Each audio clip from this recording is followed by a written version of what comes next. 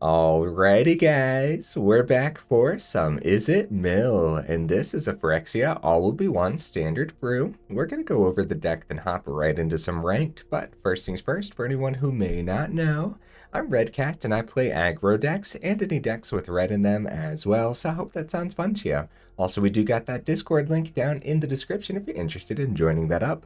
Okay, what do we got in the build here? We have a very tiny oil theme, so I'm rocking 3 Furnace Skullbombs. This is a 1 mana artifact, and for 1 mana you can sack it, draw a card. Okay, or for 1 in a red you can sack it, put 2 oil counters on target artifact or creature you control, draw a card, activate only as a sorcery. It's an interesting little artifact that I think is going to go well in here actually. Got 3 Luxiors. This is Giada's Gift, a 1 mana legendary artifact equipment. Equipped creature gets +1/+1 for each counter on it.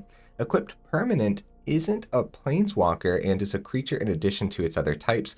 Loyalty abilities can still be activated. To equip a planeswalker, it's only 1 mana. To equip just a normal creature, it's 3 mana. So I think this is actually going to be pretty great in here, especially since it's a legendary artifact, which we'll go over in just a second. We got 3 Bitter Reunions. This is a 2 mana enchantment, and when it enters the battlefield, you may discard a card. If you do, draw 2 cards. Nice, great way, great card draw. But then at the bottom, you can pay 1, sack it.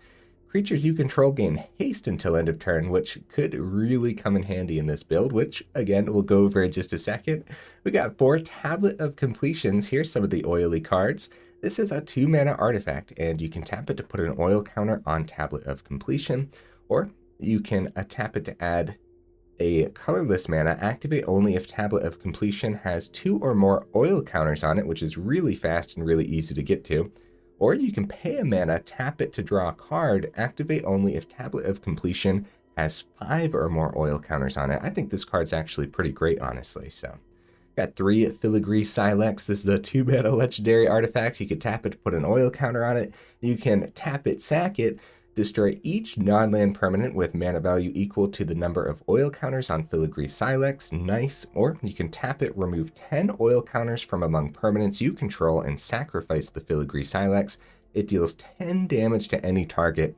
In this particular build, you're probably not going to be doing that bottom ability too much, but it could definitely happen, especially if you have a couple Tablet of Completions on the board as well. Okay, we have 2 Splitting the Powerstones. This is a 3 mana sorcery. We just barely get to see any of these cards, huh? So as an additional cost to cast this spell, sacrifice an artifact. We have a ton of artifacts in this build and a ton of ways to get artifacts, so that's no big problem for us. Create 2 tapped Powerstone tokens. If the sacrificed artifact was legendary, draw a card. Okay, so if we end up sacrificing like one of our Luxiors on the board to this, we actually get to draw a card and ramp with 2 Powerstone tokens, which sounds pretty good actually, huh? Especially since we might just have another Luxior in hand ready to play. So yeah, a couple of them. I wanted to try it out here. Got a couple Celestus as well, just a terrific card overall, and I'm never worried about playing 2 of these because you can always just use that ability and discard it to itself. But then we also have cards like Bitter Reunion in here as well. Just, yeah, I'm not worried at all about playing 2 Celestus.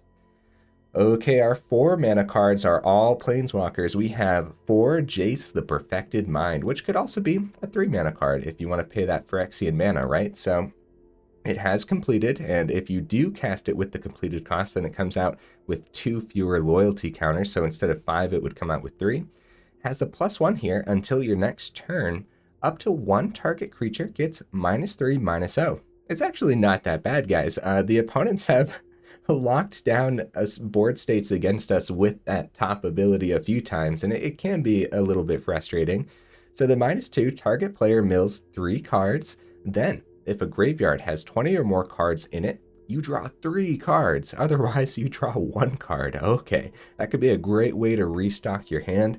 And then the -X here, target player mills 3 times X cards. So if you just play this out for 4 mana, right away on that turn, you could go -5 and then have the opponent mill 15 cards, which is actually not half bad, right? So I think all 4 of these is definitely going to be worth it.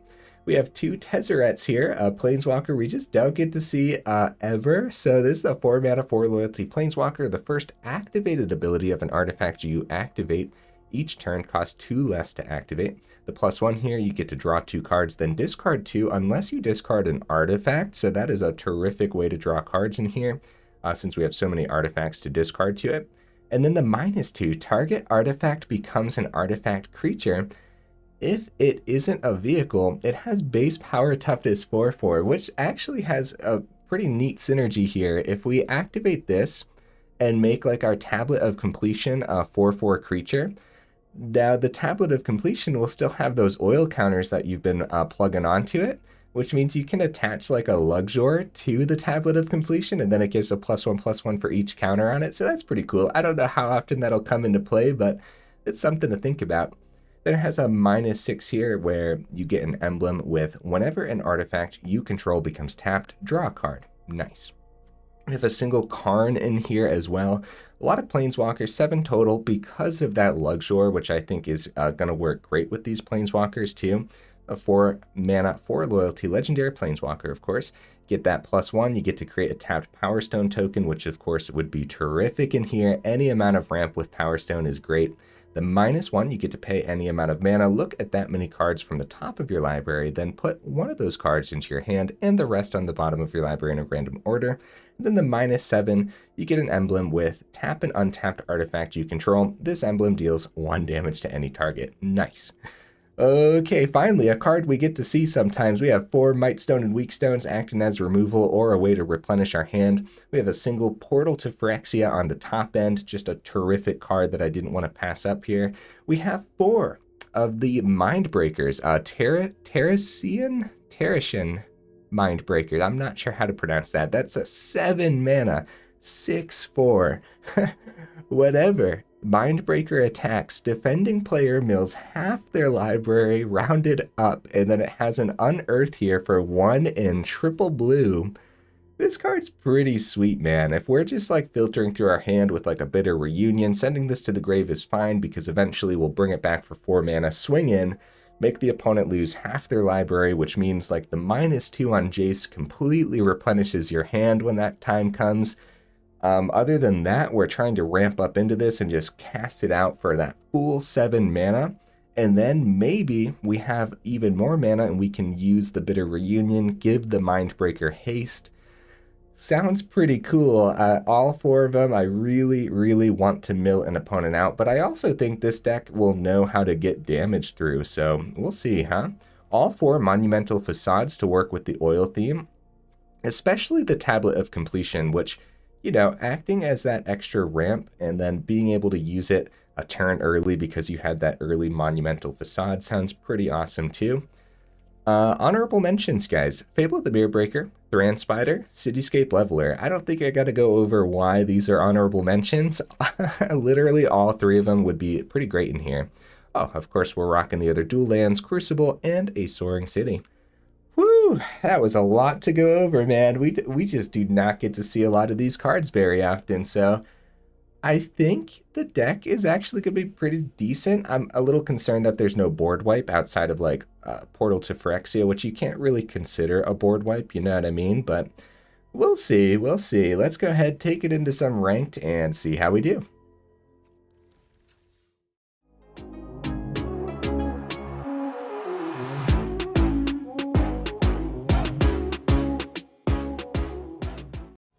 Right into that first match, guys. Let's go. Okay. What are you bringing to the table, opponent? Yeah, I'm kind of sort of like, I'm expecting a lot from the build. Okay, no blue sources. Oh, 3 Mightstone and Weakstones. Oh no, guys, the opponent goes first. I think this is actually a pretty bad hand. No like ramp into the Mightstones. Yeah, we should ball again. Oh, much better. Much better, but what do I send? Probably one of the lands. Honestly, the Pain land, I think, is fine to send here. I think that is 100% A-okay. Celestus, okay. Get the Stormcarved Coast down without any issues. Go right into Monumental Facade, right? Tenacious Underdog. We're gonna go up against some mono black. That could be fun. It's been a second. I'll just activate this now so the opponent's not waiting on me to activate it on their turn, you know what I mean? Like, we're definitely gonna put an oil counter on it, so. Okay, let's see here. Probably right into Celestus next turn. Oh, that's dangerous. Flesh Forger's scary, scary stuff. We get the land down. We can plug an oil counter. Seems a little unnecessary. We're gonna go Celestus. We're just gonna put that oil counter in like that. We're gonna have a bit of an issue now that they have 6 damage swinging in every turn. Wow, they go plus on the Soaring. I mean, why not, right? Oh, rocking the Infernal Grasp instead of the Go for the Throat. Okay. Well, we could go Tezzeret. We have 6 mana available on the board, guys. I'm gonna start with... Yeah, I'm gonna start with the Tezzeret. We should get a... No, any blocker we get Infernal Grasp cleans up. Man, wish that was a Go for the Throat over there. I was gonna say, yeah, making a 4/4 would be great. I think we go +2. Okay, Filigree Sylex is good, but not necessarily right now. So maybe we go Bitter Reunion. We're kind of looking for the big removal that we sent away during the Mulligan.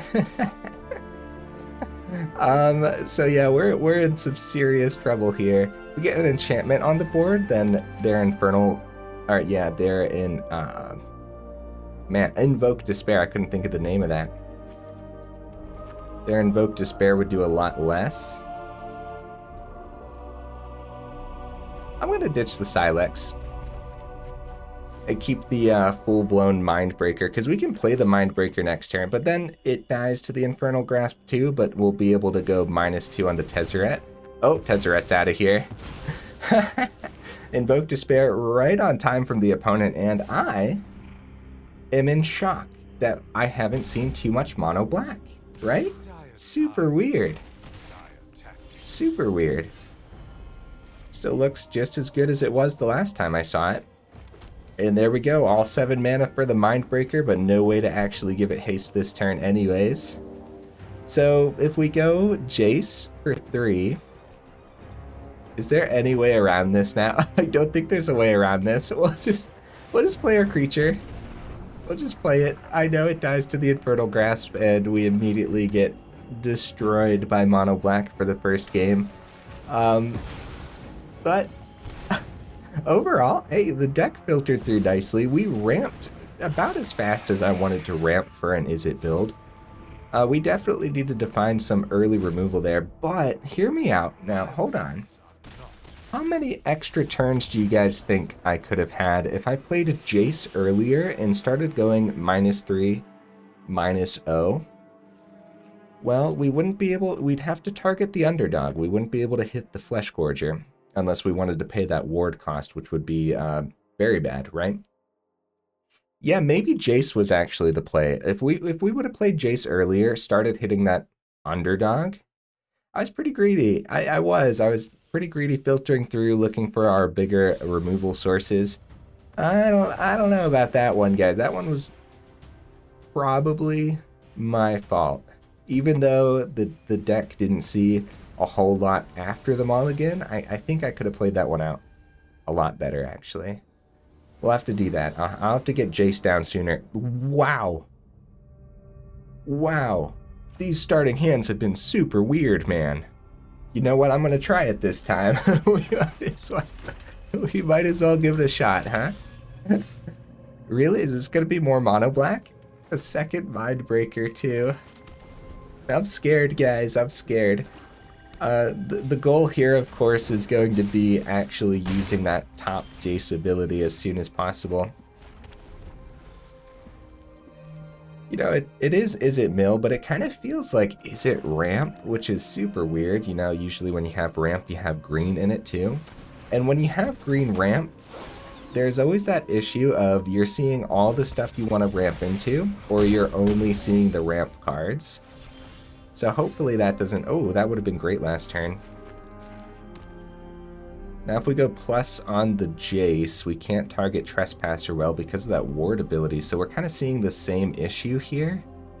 But I think we still play the Jace anyways. Take 2 damage though? Ah, we're in trouble again, guys. We're in some serious trouble. We can't even ramp with Tablet of Completion next turn because we didn't get it for our turn 2. And I know this could have been a mulligan. It could have been. 2 instances of mono black. That is terrifying business, guys. After a couple weeks of not seeing it. Alright. 4th mana. Gotta take 1 to play it. I mean, at this point, plug the oil counter. Plug the oil counter and take the 1 down to 4, get the Jace, and we'll target the... I guess the underdog is fine. No matter... Yeah, underdog's fine. Good game, opponent. Oh no. Oh no, guys. Oh no. So, the first 2 games, our deck was just way too slow to deal with any of this. If we add more early removal, we're taking away from some of that ramp that I was talking about. Filigree Sylex, seeing that a little bit sooner could go a long way, but if we saw just there at this mono black, it's a 1, a 2, and a 3. So if we would have done Filigree Sylex for 2, it would have cleaned up Bankbuster and Underdog, and then the Jace could have hit like the sleeper or something. And instead of actually getting the tablet down there, we still could have taken the 2 to get the Jace down earlier. I don't know if that would have been worth it either.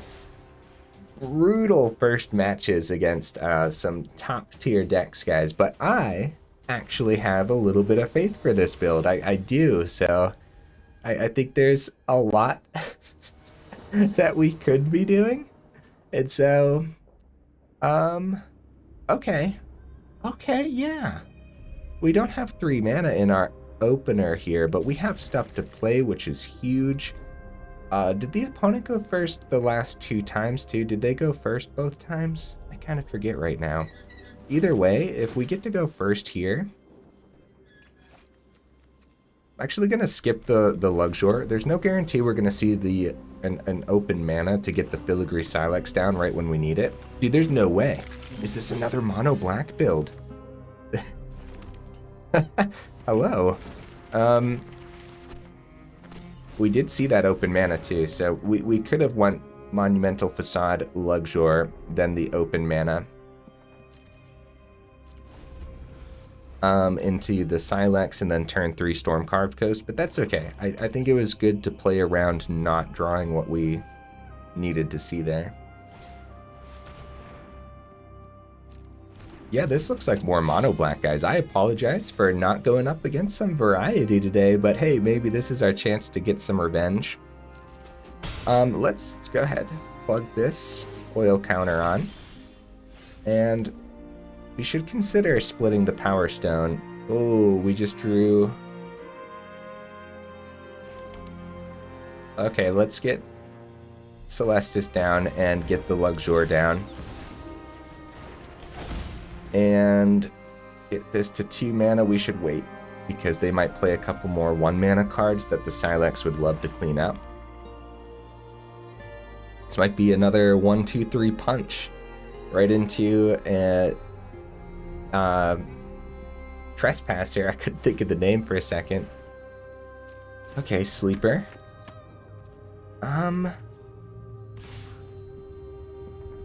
Get to bring back the conscript. If I pop these now, I should do it. I should do it. It's less damage overall, and if they use the last 2 mana to bring back the conscript... Oh, it hits the Luxior too, though. Oh, crap, I kind of forgot about that. It's less damage overall, but now they used the rest of their mana. I don't know. Oh no. I don't like that it cleaned up the Luxior though. I definitely don't like that at all. So we have all the mana for the Soaring City. We could go Splitting the Powerstone. Pop the Celestus. I think it's going to be Sylex though. You can only activate this as a sorcery. So let's put one on. We should play this as a mana, huh? We should. We're gonna need all the mana possible. Yeah, losing the Luxior there, kind of my fault. We didn't even have to play it too. Like, I could have kept it in hand. The thought process was we'll get it down this turn, sacrifice it to Splitting the Powerstone. But yeah, the Sylex definitely hits our stuff as well. This time we'll take 5 and see what they end up playing here.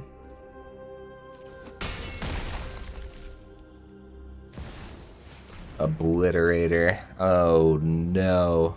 Alright, we really need to see the Mightstone and Weakstone off the top here. That'd be like the best draw.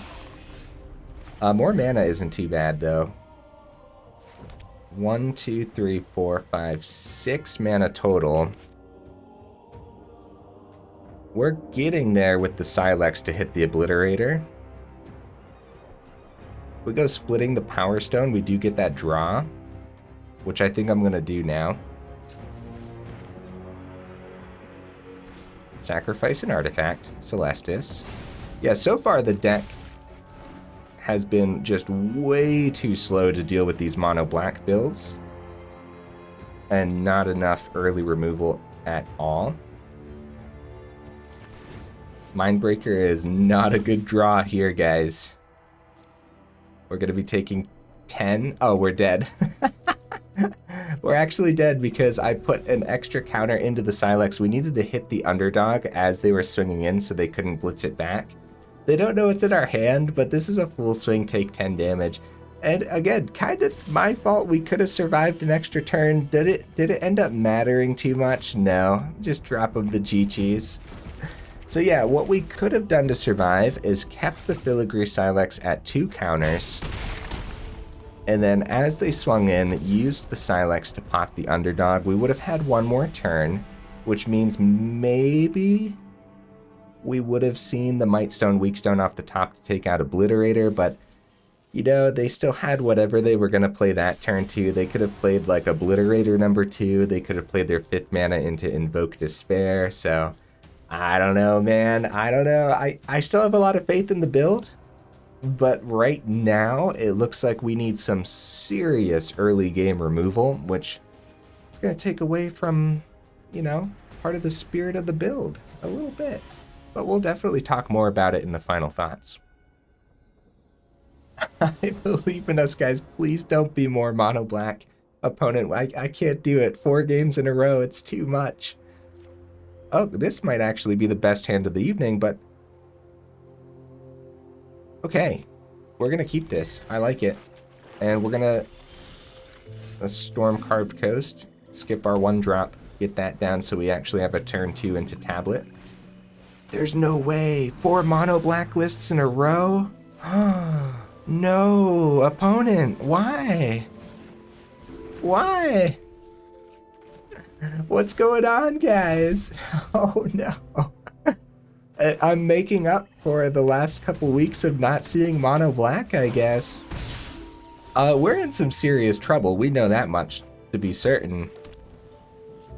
Just seeing how the last couple games went, we know we're in some serious trouble. So, what do we do?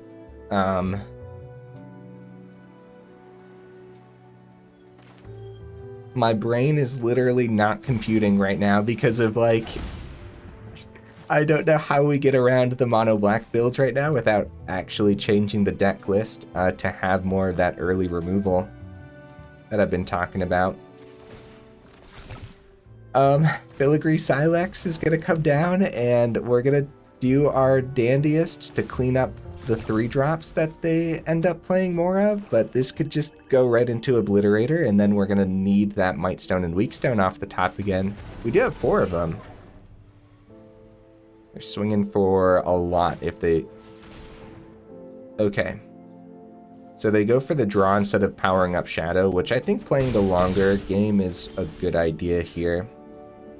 Bitter Reunion is not terrific. Splitting the Powerstone helps us get that ramp, but it's not doing a lot right now. It does give us a draw if we ditch the Luxior. And 2 Powerstones is a lot of ramp. We go Furnace Bomb. We actually can plug that extra into... Get a draw there too, don't we? Alright. It's a little silly, but we're in danger either way. We know that.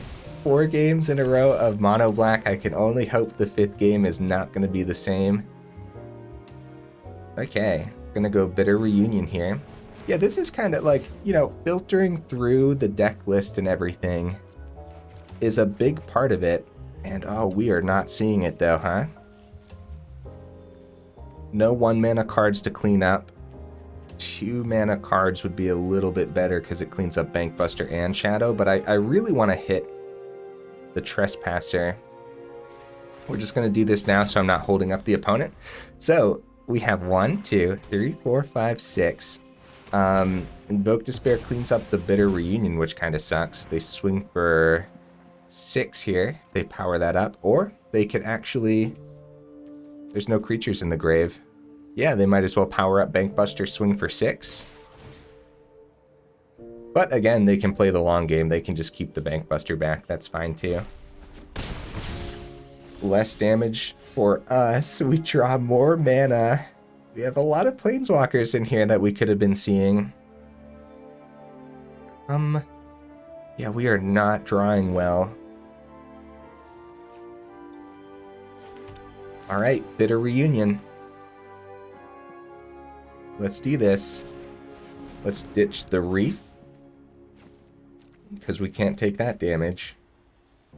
Okay, Jace is pretty good. We have trouble with the Trespasser and the Shadow at this point. Actually, just everything. By the time we get to this point, we are just kind of in trouble, aren't we? Oh. Crap. Now I'm seeing it. If we take out Bankbuster, Misery, Shadow with the Sylex, we lose the Tablet of Completion. Sorry, opponent, I'm thinking.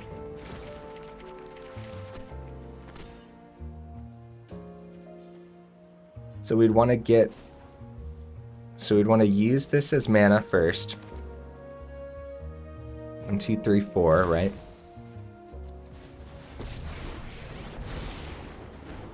At that point, we'll get rid of Bankbuster this. We lose this. This is silly. But we have to try our best to survive.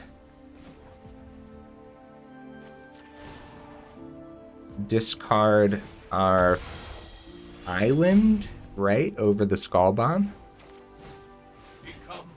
Oh, man. Yeah, the problem with, of course, Jace's ability is when you're up against mono black, a lot of the cards you want to hit with the Jace ability have that ward. Oh, Invoke Despair cleans us up anyways. Good game. Thank you, opponent, for dropping the GGs, I suppose. Alright, game number 5. There's no way. There's no way it's mono black, right? I'm terrified. I really am. There's no way, though. I don't even know what the odds of that would be. Guys, we really have barely seen mono black over the last couple weeks, so 4 in a row was very shocking. Decent hand.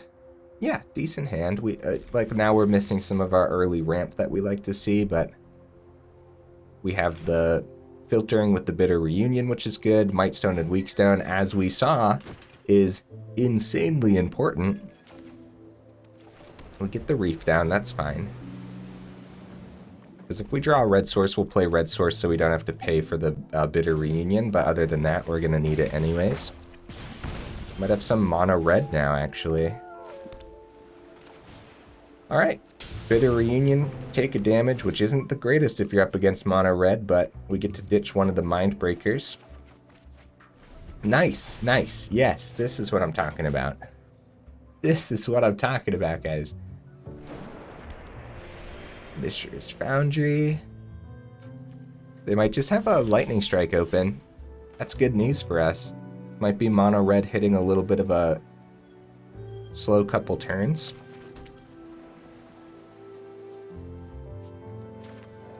The lines of play haven't really been the greatest so far. We've really been drawing things out of order. Like, we could play Jace this turn, but taking 2 against mono red would be really bad, I would say. So it feels like we're getting things out of order, but it might just be the way I set the curve up too. Or it could also be the way we're drawing. That's always a possibility, right? Yeah, Lightning Strike our face. Etching flips next turn will be at 13, depending on what their 3-drop is. This would be the turn that they'd want to get the Warfare down. Yep, and then we're going to be taking 3. We don't have the ramp on the completion yet, so we can't go Mightstone, Weakstone. However, the Jace is great here. Luxior, nice. Go ahead and get this down. We'll tap this so the opponent's not waiting for us to tap it. Etching gets a little weaker. They can power up the Foundry to swing at Jace, but I think this is still worth the plus over the minus right now. We can actually bring back the Mindbreaker from the grave to mill half their library, so that way our -2 on the Jace restocks our hand. Ooh, Warfare number 2 is terrifying.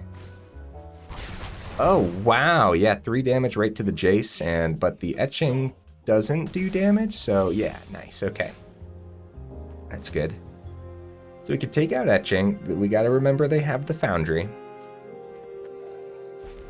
We could still consider the -2 on the Jace after a swing with the Mindbreaker. This match is going to be so much better if we don't die next turn. -2 on the Jace, they swing at face and we die, right? We have 1/2 mana open.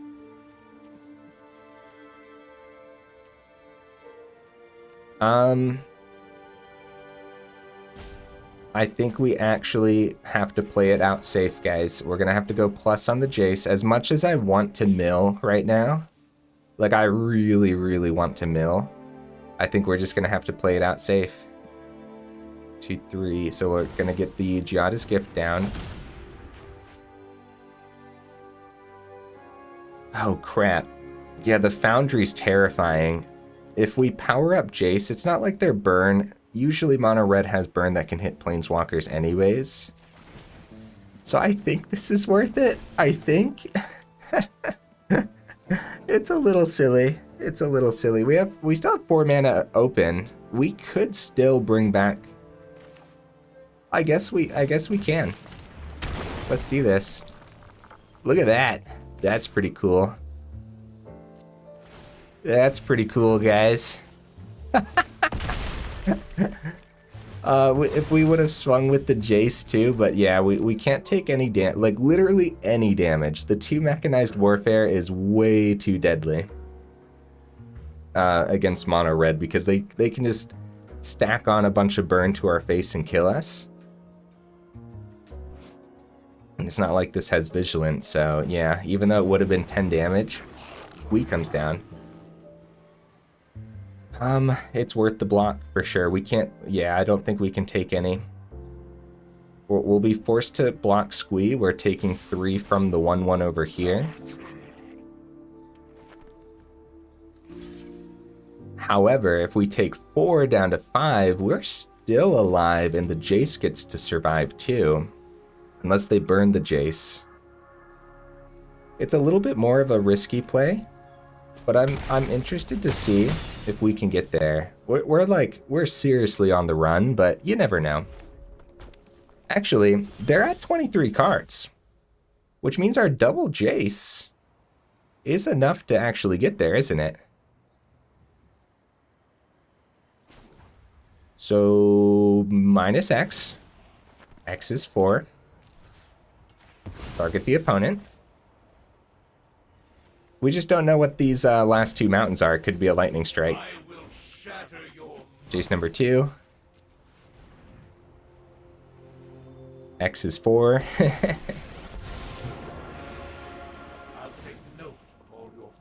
X is 4, which is 12 cards.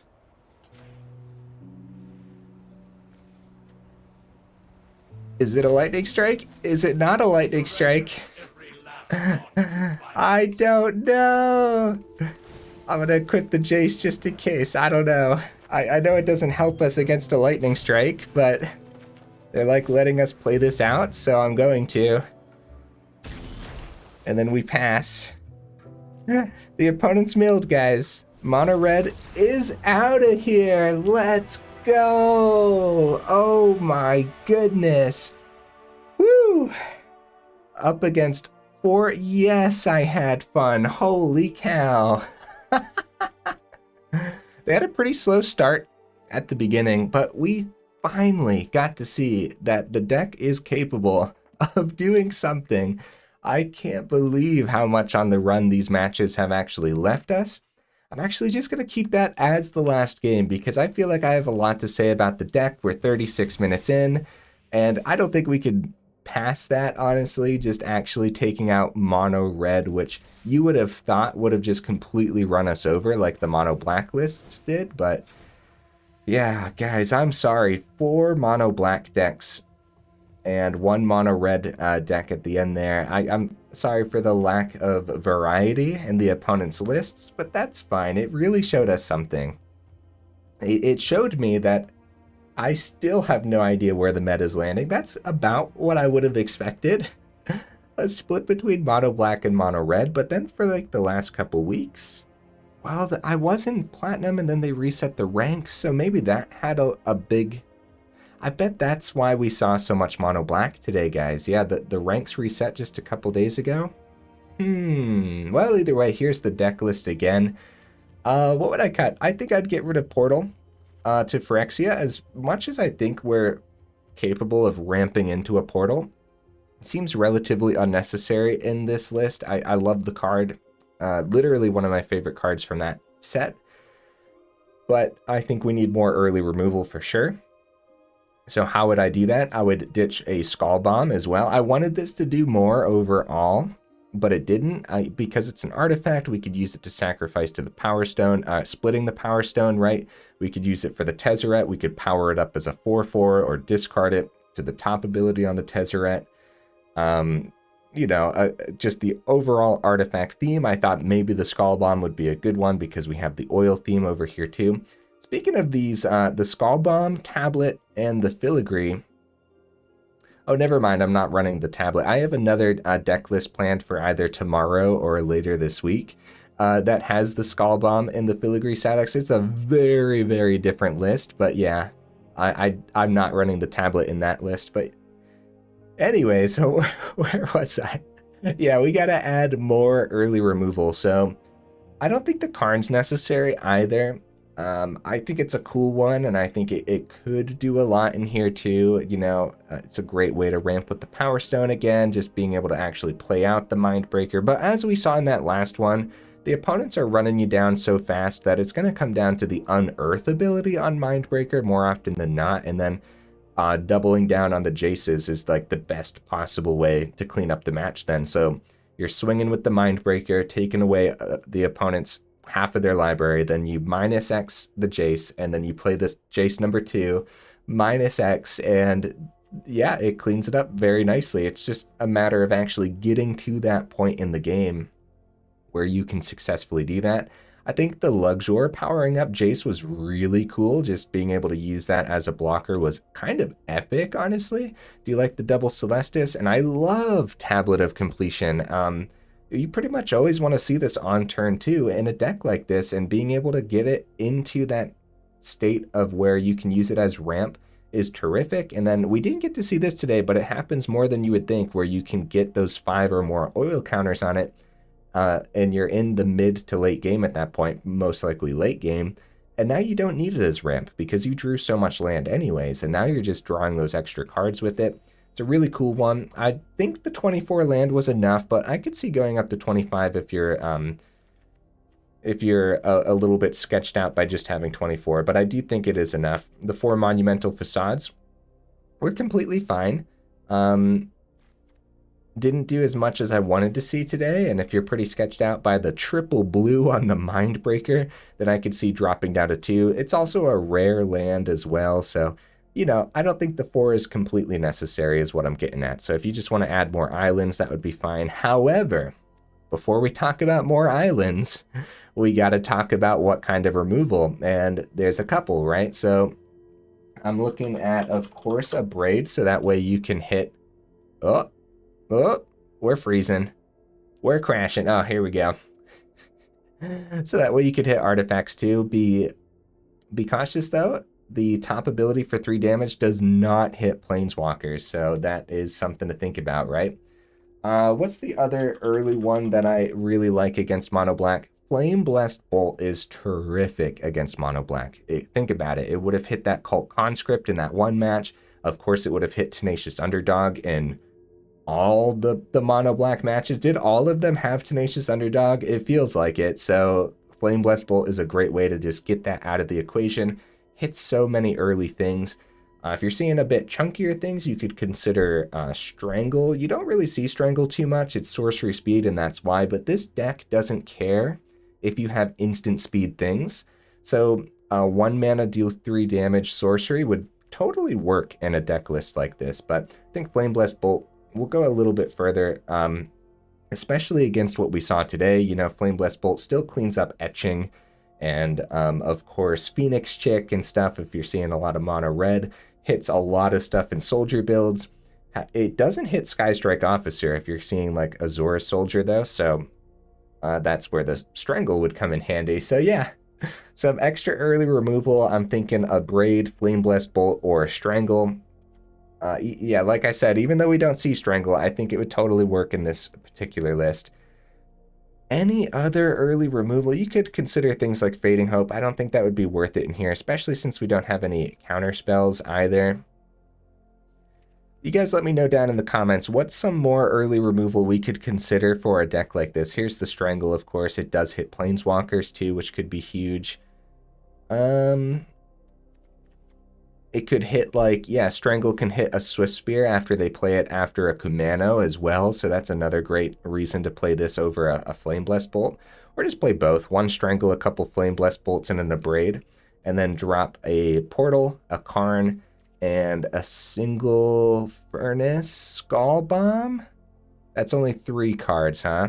If you want to drop part of the soul of the deck, I think we could totally work with just 3 Mindbreakers. 4 might have been excessive, but I really wanted to see it today, so I could totally see dropping down to 3 Mindbreakers though and being pretty satisfied. Just adding that early removal could go a long way.